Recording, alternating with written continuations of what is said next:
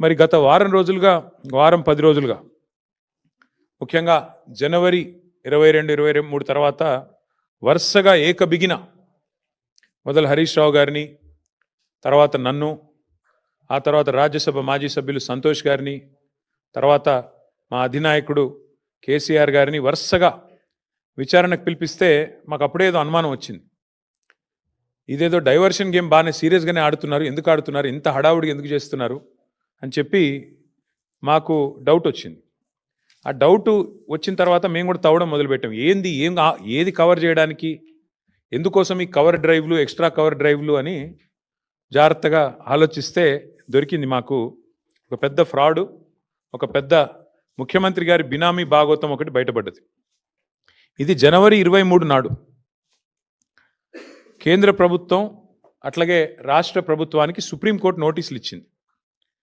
KLSR అనే ఒక company, infrastructure company, ఈ కంపెనీ ముఖ్యమంత్రి గారి బినామీ కంపెనీ. KLSR ఇన్ఫ్రా అనే కంపెనీ ముఖ్యమంత్రి గారి బినామీ కంపెనీ. నేనేదో ఊరికే అనట్లేదు, అది దానికి ఆధారాలతో సహా ఇప్పుడే మీకు చూపెడతాను. ఇప్పుడు నేను ఈ మాట చెప్పంగానే కొన్ని ఛానళ్ళు లైవ్ కట్ చేస్తాయి, అది కూడా నాకు తెలుసు, పర్వాలేదు.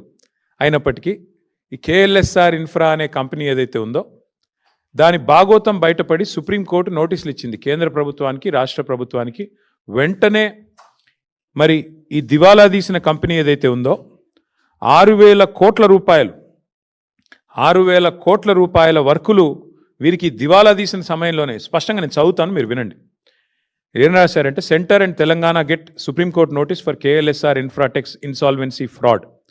The company allegedly secured government tenders worth approximately rupees 6,000 crore during the insolvency period without the authorization of interim resolution professional. IP professional ఇది లేకుండా, అనుమతి లేకుండా 6,000 కోట్ల టెండర్లు తెచ్చుకున్నారు వీళ్ళు. మరి ఎక్కడికి వచ్చినాయి ఈ ప్రాజెక్టులను మాకు కూడా అనుమానం వచ్చింది. ఎక్కడొచ్చినాయి ఆ ప్రాజెక్టులు అంటే మొత్తం తెలంగాణ. ముఖ్యమంత్రి గారి బినామీ కంపెనీ ఎందుకన్నాను అది కూడా చెప్తాను. ఇగో ఎక్కడెక్కడ వచ్చినాయి మీకు వరుసగా చదువుతాను, ఏమేమి వచ్చినాయి కూడా మీకు చెప్తాను వరుసగా. ఇవన్నీ కూడా మీకు వివరంగా చెప్తాను, ఇవన్నీ కూడా ఆధారాలతో సహా మీ ముందు పెడతాను. ఇవాళ వాస్తవం ఏంటి అంటే, రేవంత్ రెడ్డి గారు చీఫ్ మినిస్టర్ కాదు, ఆయన బినామీ చీఫ్ మినిస్టర్ అని అందరికీ తెలుసు. ఎందుకంటే ఆయన వేరే వాళ్ళ కోసం ఇక్కడ ఆయన ఏదో అట్లా చూడడానికి అట్లా ఆయన ముంగటుంటాడు, కానీ వెనకాల ఆయన నడిపించే వాళ్ళు వేరే వాళ్ళు ఉన్నారు, అది అందరికీ తెలుసు.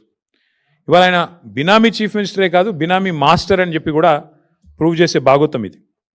గత 2 ఏళ్లుగా అదేవిధంగా గతంలో కూడా బ్లాక్మెయిల్ చేసి సంపాదించిన డబ్బులు, అప్పనంగా ఈయన అడ్డంగా సంపాదించిన డబ్బును ఈ బినామీ కంపెనీలోకి దొడ్డిదారిన మళ్లిస్తూ ఉన్నాడు.